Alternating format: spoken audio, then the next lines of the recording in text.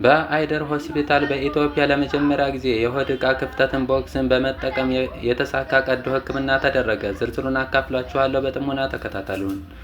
በአይደር ሆስፒታል ሲወለድ እምብርቱ አካባቢ ትልቅ ክፍተት የነበረበት እና የሆድ ዕቃዎቹ ወደ ውጭ ወጥተው የነበረው ጨቅላ በአፍሪካ የመጀመሪያው ነው በተባለ መንገድ ቀዶ ሕክምና እንደተደረገለት ዶክተር ይርጋለም ተክለብርሃን ለቢቢሲ ተናገሩ።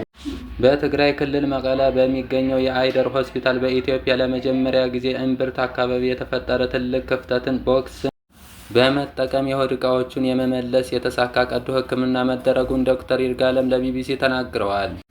ቀዶ ሕክምናውን ያደረጉት የህፃናት ቀዶ ጥገና ስፔሻሊስቱ ዶክተር ይርጋለም ተክለብርሃን የሆድ ግድግዳ ክፍተት በተፈጥሮ የሚከሰት መሆኑን ያስረዳሉ።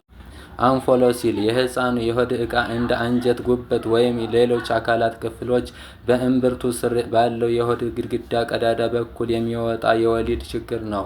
ይህ ጉድለት በፅንሱ እድገት ወቅት የሆድ ግድግዳው ሙሉ በሙሉ በመዘጋቱ ጊዜ ይከሰታል። መረጃውን አጠናክሬ ያቀረብኩላችሁ መሀባ ነበርኩ። ለሌላ አዲስ መረጃ እንዲጠቅማችሁ ፔጁን ፎሎው እያደረጋችሁ አመሰግናለሁ።